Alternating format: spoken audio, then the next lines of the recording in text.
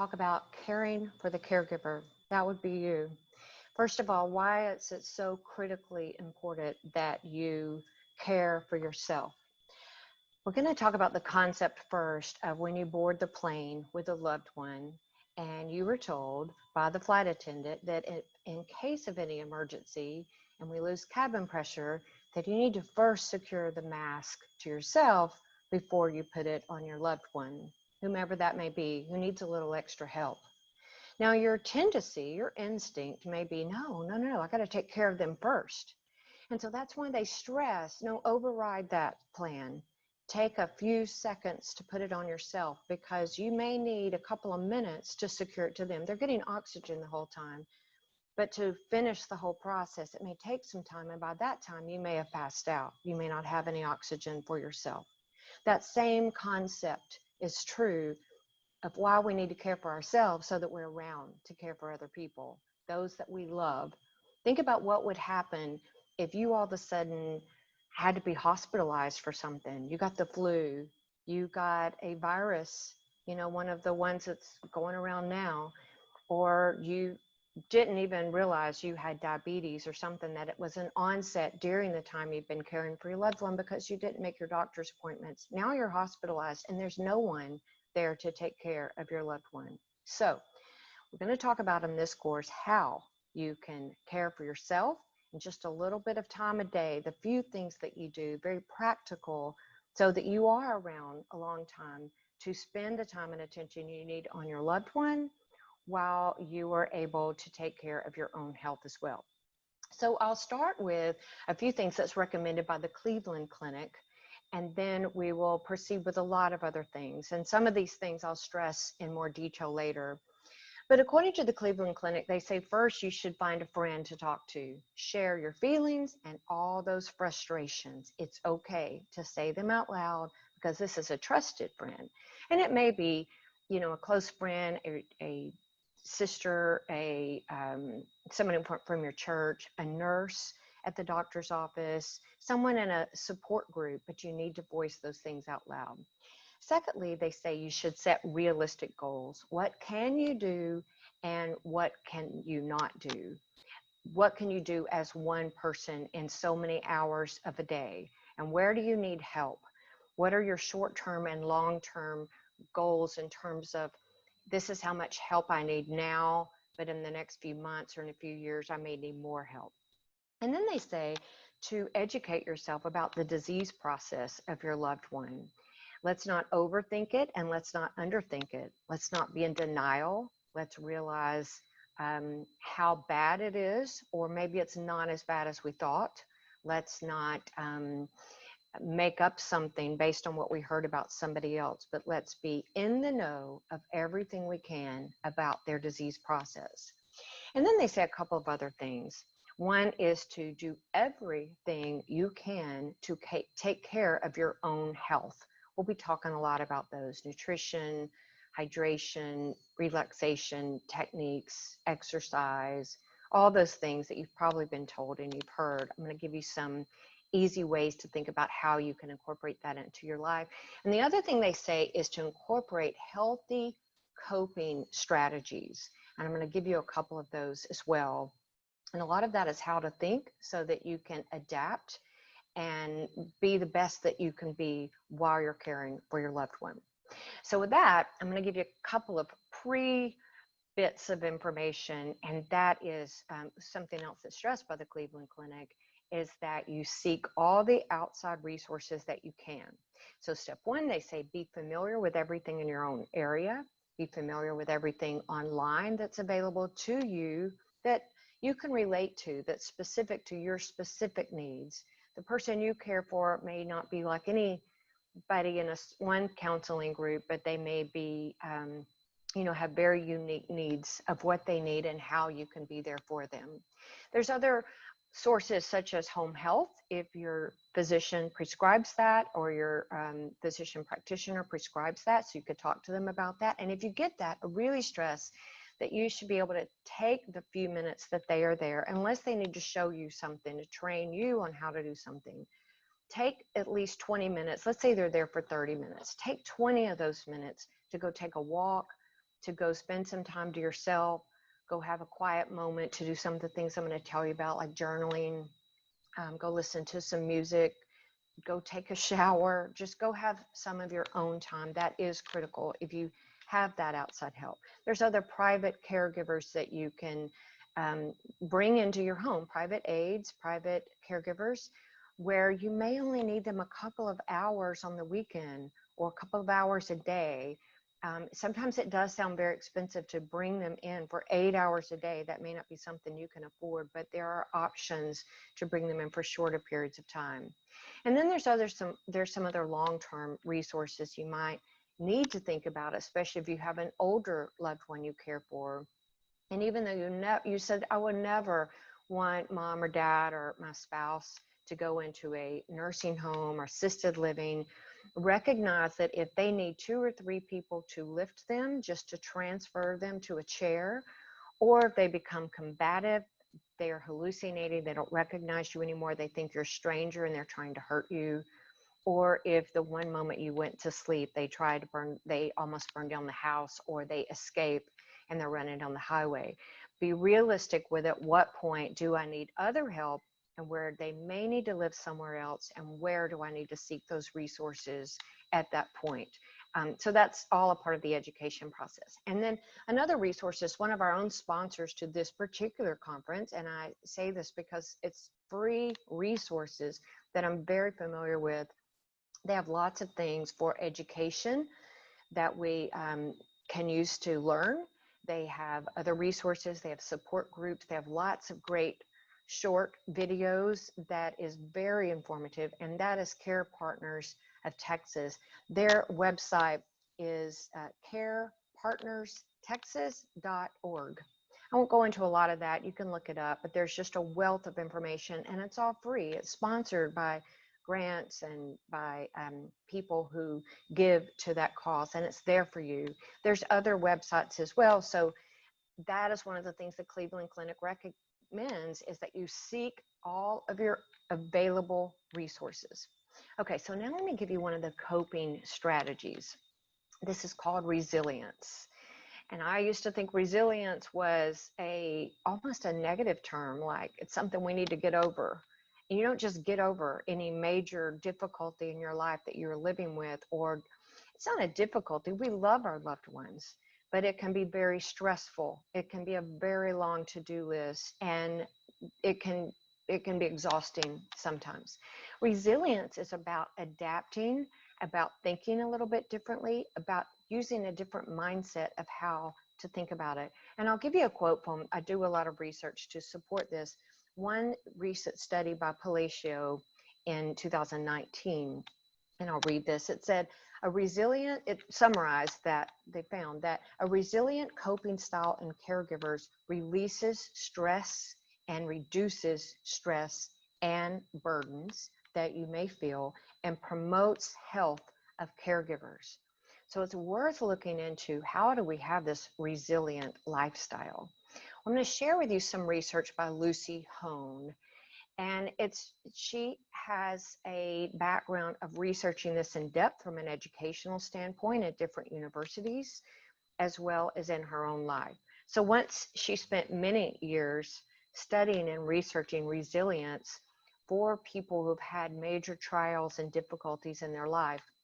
And that could be from a huge financial loss, a divorce, a job loss, a death of a close loved one, name a long list.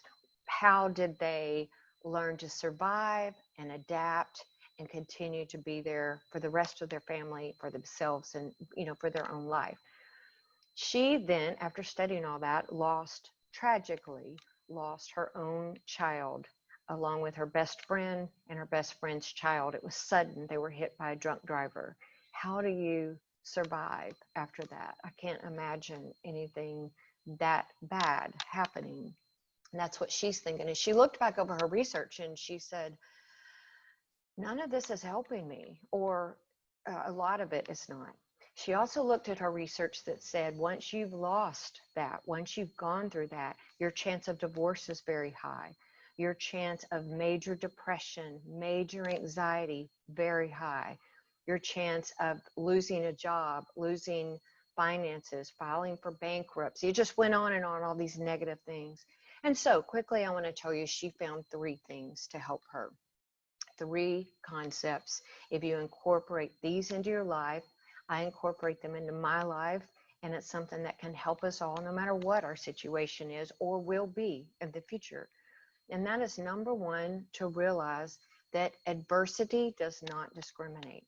Bad things happen to all of us, not just to a certain social class or to certain people in certain areas or people in certain financial classes or people of certain ages. It happens to all of us. And then it helps somehow, that is helpful to think we are not alone.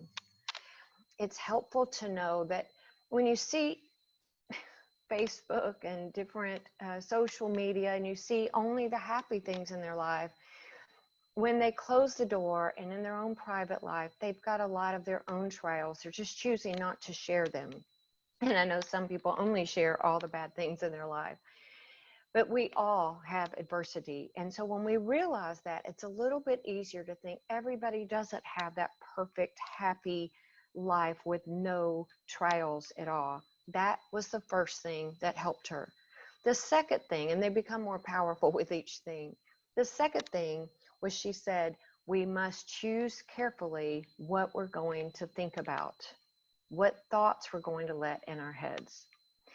And it's interesting how she said it's human nature for us to dwell on worst case scenarios. What problems could happen? What are the bad things that could happen?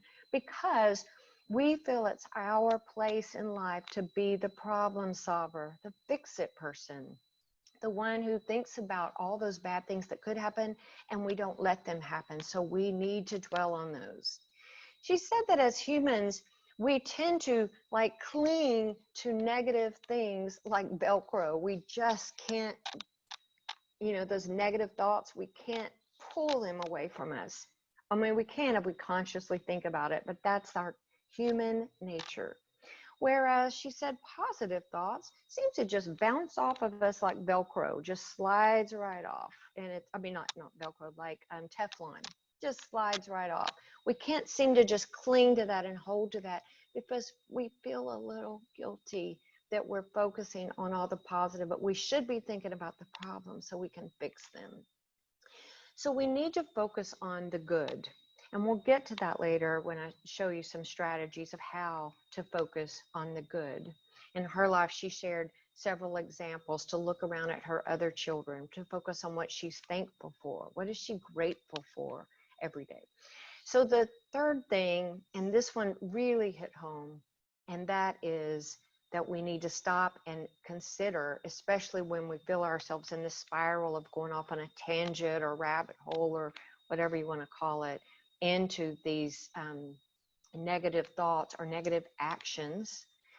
We should stop and ask ourselves, is this thought or action helping me or is it hurting me? And so for her, she said, I would spend hours into the night not sleeping, and I would focus on thinking about when my daughter was here and looking at her pictures for hours and hours. And she had to realize, this is making things worse. I have to look at what I do have and not dwell on what I don't have. And this is past her grief period. She's gotten through the denial, the anger, the grief stages. And this is, months later when she's needing to move on, but she's still dwelling on what she doesn't have. And she also said, what about our actions? What about when you choose to take medicine to put you to sleep and pretend this is not happening? If you just bury your grief rather than talking about it. If you choose to drink a glass of wine or a second glass of wine or something that ultimately is not healthy, to eat certain things just to make yourself pretend this is not happening and to repress those thoughts. You can imagine how bad that can be. If you keep repressing things, one day you're going to explode, or it's going to evidence itself in negative health outcomes. Just as we just heard about mental health, of more depression and anxiety, even anger and bitterness, if you keep repressing it. So replace those thoughts and those actions with something that's healthy. Let's replace what's not helping with something that does help. Go for a walk. Get someone to stay with your loved one for just a few minutes. Even a 15-minute walk is a healthy thing to do. Get some help on the weekend for an hour or two to go take a yoga class or go have lunch with a friend. Allow yourself to laugh and to do some of the things that we'll be talking about in this course. Replace the things that you answered that question with, no, it's not helping me. And so you're going to do something that is helping you. Okay, so now let me tell you just really quick a few clinical things just to kind of put behind you to be aware of, and then we're going to jump into all of those care strategies. If you're dealing with depression, for example, and you've heard a lot about that, just know that you want to work with a counselor or physician to address those things. And know that there are many medications as options. And sometimes your physician does need to work with you to understand your body chemistry, because what helps one person is not going to help another at all. So I just want to say that 70% of the people in multiple studies that I've read, it's about 70% of the people who take medication for depression have found it to be very effective. But many times the first medication does not help at all. And they have to, after a few weeks, you've got to report that back. The first week or so, you may even have nausea, side effects you don't know. But once it's in your system and it's not helping, after a couple of weeks, you want to tell your physician the second medication may help very much, may be perfect for what you needed. Counseling strategies are very helpful as well. And then with anxiety, counseling strategies can often be very, very effective. They give you strategies that works for you that may not work for anybody else. Do be careful with benzodiazepines. That's a drug class that includes things that used to be Valium and Librium. Those are older. Now you may see more Xanax or alprazolam or Ativan or Klonopin. Those are benzodiazepines. They have long-term negative effects such as short-term memory, decreasing brain function, and even dementia. And then understand that some things could cause anxiety that you're doing, like some food additives like red dye number 40, MSG, even aspartame and those artificial sweeteners. Those can increase or trigger anxiety.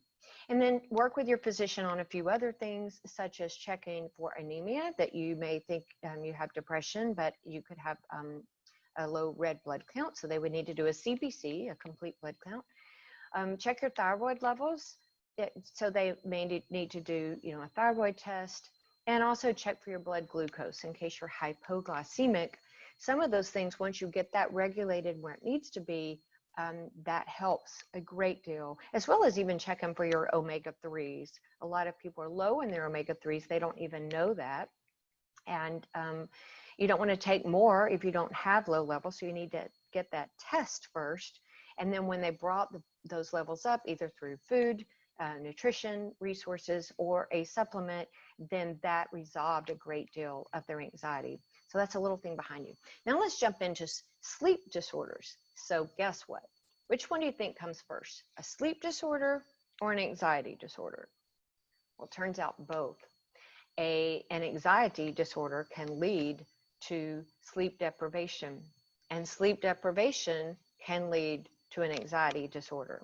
So if you have either, you need to address them, as they could lead to other problems. I'm going to give you a few quick things of what you can do to improve your sleep quality. And, surprise, it is not, let's take some medication for sleep. That's not your first option. Now, none of these helps. Talk to your physician and tell them everything you've tried. If nothing is still working and you still cannot get any sleep, talk to them and they will prescribe the right thing for you at the lowest dosage.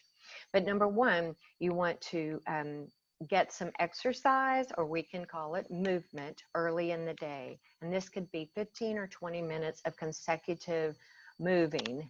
If you don't want to call it exercise, it could be a walk, a ride on a bike, anything where you're moving around.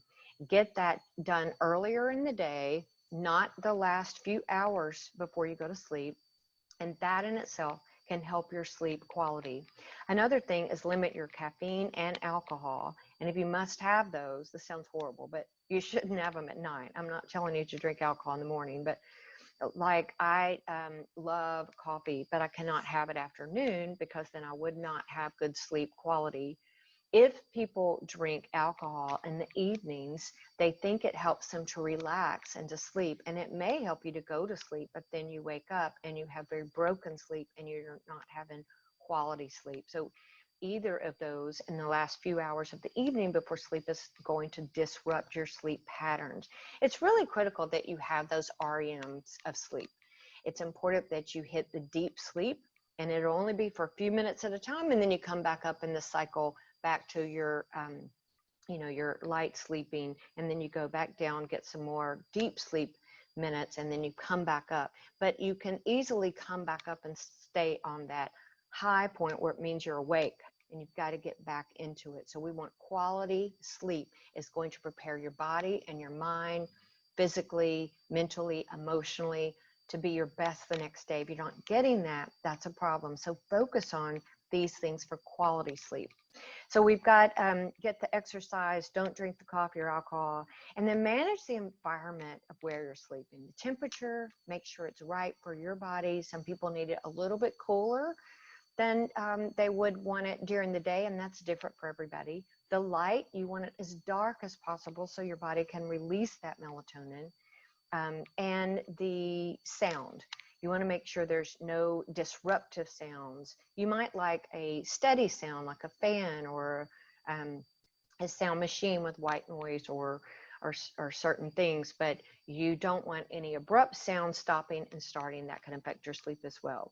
And then use relaxation techniques that we're talking about and that we're about to talk about, and then limit screen time. Oh, this could be the hardest one for us all. So try not to look at your phone or your iPad or your computer or the TV within 1 hour of when you go to sleep. Turns out the best thing you can do is the last hour before you're asleep, either read a book, the one with paper, the book, not the one on your phone that you're reading or on your iPad or whatever.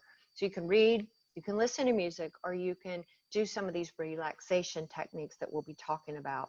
And if all of this fails, talk to your physician about other options because sleep is really important. Okay, so relaxation techniques. Let's run through these fairly quickly because I really could spend a long time on these. And let me know if you have other questions when we get to our panel later. So some options are visualization, and that is very effective. This could be where you picture in your mind, when you close your eyes, picture where you love to be. Where is your happy place? Mine is the beach. I just love watching the ocean, those waves come in, hearing those sounds reminds me of just, the miracle that we are and that earth is and how big God is and all these great things. Some people, they love the mountains. They love that crisp, fresh air. There's nothing that great. They love doing something like being on a boat or on a bicycle or being around their grandchildren, hearing those precious little laughs. Or they love just sitting around the table with their family. That's their favorite place. So picture that wherever it is, and then close your eyes, think about that, and then think about, why does this bring me joy? And just live in that moment for a few minutes, just remembering those best times, thinking about the next times you get to be there, or just kind of go in there in your mind for a couple of minutes. So that's visualization. Another one is meditation, and I'll go ahead and talk about this one and prayer together. Meditation, which really just, if you've never tried it, there's apps for it. There's ways you can learn to do it. A lot of it's not, some kind of voodoo or rocket science. It's just thinking about how you're breathing and thinking about nothing else but your breathing. So you're just so focused on breath, your breath coming in and going out. You could listen to music in the process, music that is comforting and relaxing. And then prayer is a little bit stronger than meditation. It has some of the same effects from the research and then some others. So let me just tell you a little bit about those. So meditation stimulates the prefrontal cortex. So this is the frontal lobe. Well, the prefrontal cortex, we can stimulate that with meditation and with prayer. This in particular is a study about meditation, and that can help you to have more positive emotions. And then similarly, it can tame, bring in and put it back in its little box, the amygdala. That is the little thing in the brain that is the center or the hub of fear and emotions that come from fear. And if the amygdala gets out of control, you can just plummet into all these negative thoughts. So you want to tame that, put it back in its box, and say no. And meditation can do that as well as prayer does also. And then it slows the shrinking of your gray matter of your brain, of the cortex. So as we age, it shrinks a little bit. Or if you just don't use your brain, you just kind of stay on sleep mode all the time, like your computer, and you don't use it, it's not active, it can start to shrink. And so meditation, these studies on meditations, that it slows that. And then prayer, Dr. Newberg did quite a bit of studies on prayer. He's out of University of Pennsylvania. And he said that just 12 minutes of prayer a day for 8 weeks literally changed the structure of the brain in a very positive way. He calls it a workout for the brain to keep it healthy and even to reduce aging and reduce depression. And he said it helped to increase the frontal lobe activity. So lots of good things comes out of prayer. Okay, so that's visualization, meditation, prayer, and then breathing exercises, progressive relaxation, yoga, tai chi, any of these exercises that helps you to focus on your breathing while you're moving. Real quick, I want to tell you about how to do a breathing exercise. We're going to do this together. So when now if you are like a scuba diver or someone with this incredible lung capacity because you use it all the time and you can hold your breath for 3 minutes, then you could do this longer. If you have respiratory problems like asthma or bronchitis or COPD, you want to do it for a shorter period of time. But normally we want to focus on breathing in for the count of maybe 5, holding it for 3, and then breathing out as long as you can until you're out of breath, and then you take that nice deep breath again. If you have those respiratory difficulties, just breathe in for 2, hold for 1, and breathe out. And when you breathe out, press against your abdomen and push out that carbon dioxide. Okay, let's do this together. We're going to breathe in for a count of, we're going to try to do 5, and then hold it for 3 if you can, and then we're going to breathe out as long as we can. Ready? Okay, here we go.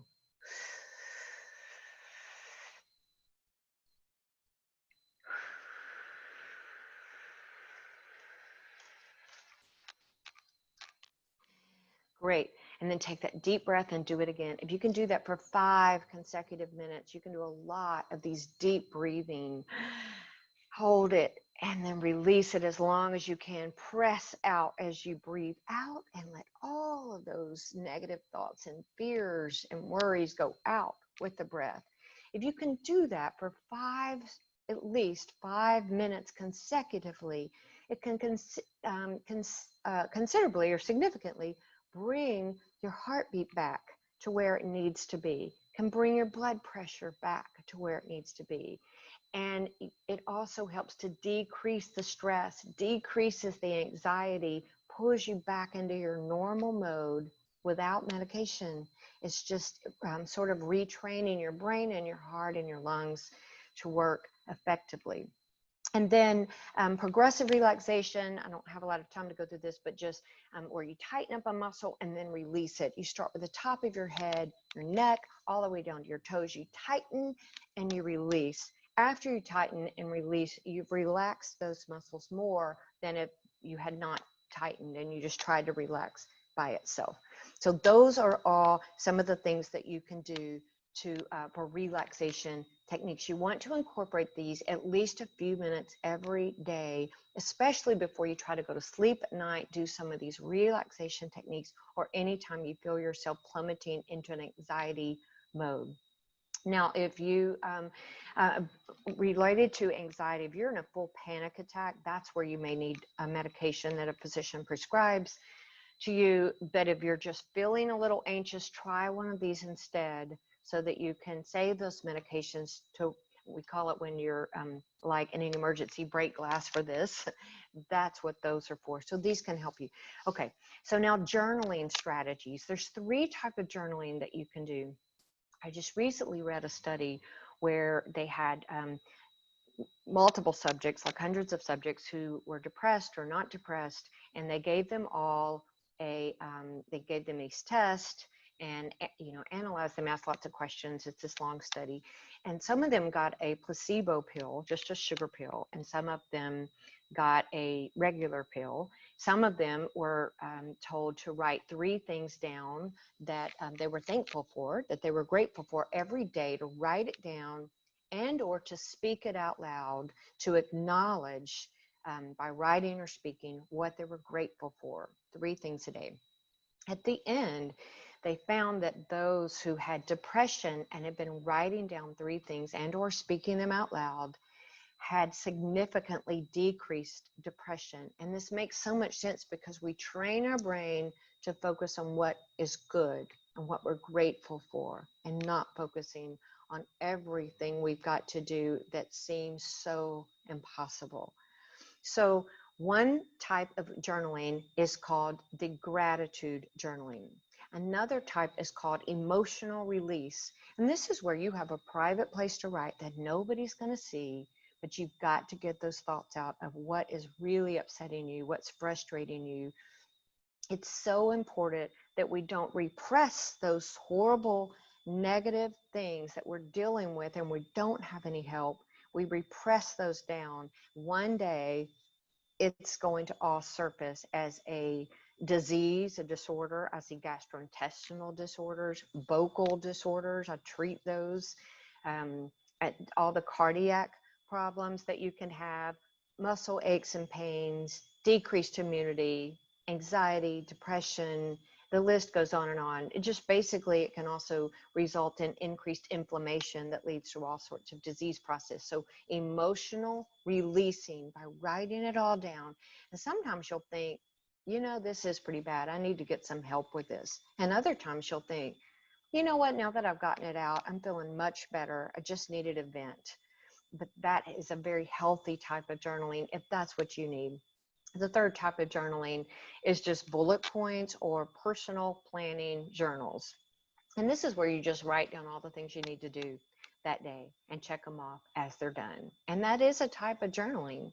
And it turns out that when we check something off that we've done, it releases just a little bit of like happy chemicals, a little bit of good adrenaline, a little bit of, I feel really good about that. I checked something off my list. But it also helps us to realize when we write them all down, I just wrote down 20 things that I think I need to do today. And some of them are very time intensive. And some of them could literally take several days to do. Being a little hard on myself, let me focus on the 5 things I can get done today and feel pretty good about that. And these other things could wait until tomorrow, and it's okay. So those are 3 types of journaling. If you can just take 5 minutes to journal every day, whichever one is most helpful to you, or maybe a little bit of all of them, that in itself is going to help you. That's a great type of self-care for you. And then nutrition. So quickly, I want to tell you, nutrition, a healthy diet, can help you better than medication in many ways. So a healthy diet reduces your stress, increases your immunity. Some foods can actually release serotonin into your brain, which is what a lot of antidepressants do. And they can also stop or cut or decrease the amount of cortisol and adrenaline that's being released when you're in a stressful situation.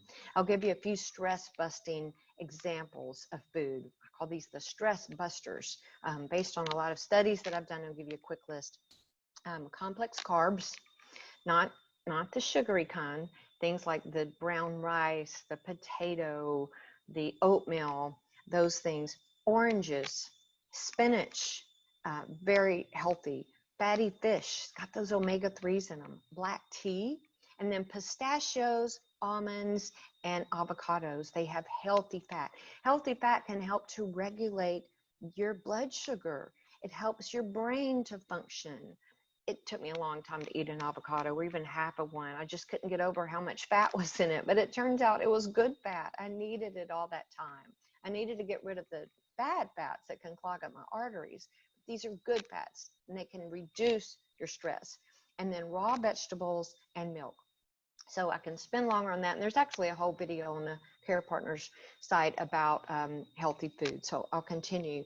And then hydration, even a little bit of dehydration a day can increase your moodiness. And that can be your ability to get more frustrated, or your anxiety, your irritability. I mean, that's something that we almost can't afford to have some days, to be irritable to every little thing if we're taking care of someone, right? So a little bit of dehydration can change the way you respond to things and the way you're thinking. And it's not good. And remember, by the time you're thirsty, you're already fully dehydrated. So keep those liquids coming. And it doesn't have to be just straight water. That's one of my favorites. I love water, and I drink a lot of it. But even like watermelon fruits have a lot of water content. Soups, a lot of things have water in them. So incorporate as much of that into your diet as possible. Don't be afraid of the caffeinated drinks, but if for every cup of coffee you have, go ahead and have one extra glass of water than what you would have had otherwise, to keep from being dehydrated. And then 3 other things, and then we're done. Movement. You know, I have to go here. Exercise. Whatever is okay with your ability. So that could be walking, it could be riding a bike, it could be walking with a friend. That's the best kind of movement, I think, because you get the social time as well. We don't have time to go into all the benefits of social interactions, but there's a long list. But getting some exercise does so much to your brain as well as to your body. It decreases stress, anxiety, tension, anger, and depression. There's another study similar to the one with journaling, where a group of people who were depressed were given different things to do. Some were given Zoloft, which is a type of, it's an example of a antidepressant. And then one group exercised 5 times a day at a level they could do. They weren't sprinting or doing Zumba every day, something they could do, they were comfortable with, 5 times a day for 6 months. And the people who had been exercising had a very similar result to those who were taking one Zoloft a day, 7 days a week. That was a very powerful study. So know that it can literally change the way your brain is functioning. It increases your quality of sleep, and that's one of the ultimate goals. If we do all these other things, we're increasing our quality of sleep, not just the number of hours. It enhances the hippocampus. That's the thing in the brain where our memory comes from. Triggers neurogenesis. That means new cells being born. We all have new cells being born, by the way, in our brain every day. But the problem is a lot of them die before they just barely get up and going. The 2 things that can kill new cells being born in our brain every day is depression and stress. Depression and stress. A lot of times we have both of those as a caregiver, right? The other things that could kill them or contribute to those new cells dying is lack of sleep, which you will have lack of sleep if you have depression or stress, especially stress, as well as poor nutrition. So it helps, exercise helps them to stay alive, kind of prevents the things that kills them and increases the things that keeps them alive. And it also increases our long-term memory. People did well on long-term memory performance tasks when they were exercising, and increases frontal lobe attention, our attention to task or to what we hear, what we learn, how we process information. It increases all of that. So quickly, in my last couple of minutes, music activates widespread bilateral network of brain tumors, brain regions, so I'll get to the tumors in a minute, such as attention, memory, information processing, and emotional processing. I have a whole 3-hour class on what music does to your brain and your body. It's a long, long, long thing. But if you can walk with a friend socializing or walk in nature while you're listening to music, you are doing a ton of great things to your body. And the last one is laughter. Laughter decreases stress hormones like cortisol and adrenaline. You cannot be producing or maintaining a high level of those stress hormones while you're laughing. Laughing negates the other. So laughing sort of takes over and relaxes your body. It also activates these T cells, immunoglobulins, and these killer cells. There's these killer cells, won't go into all that, we're almost out of time. These killer cells that reject tumors and viruses and negative things. And also, there's this great study out of Oxford that said this laughter, they proved that it releases this hormone, or not a hormone, but a substance, a chemical in your body that's very similar to morphine. You naturally produce this pain relieving substance with extreme, like belly laughter or continuous laughter. And then it's also a great workout. And as a result, you just work out, you're just laughing so hard your stomach hurts. And then as a result, your whole body relaxes, and it decreases the stress and relieves the tension, and it can reduce the pain and all of that. Okay, so now we're done. Thank you so much for being a part of this. We'll be on the panel later, and you can ask any questions that you have. Thanks, everybody, and we'll see you in a bit.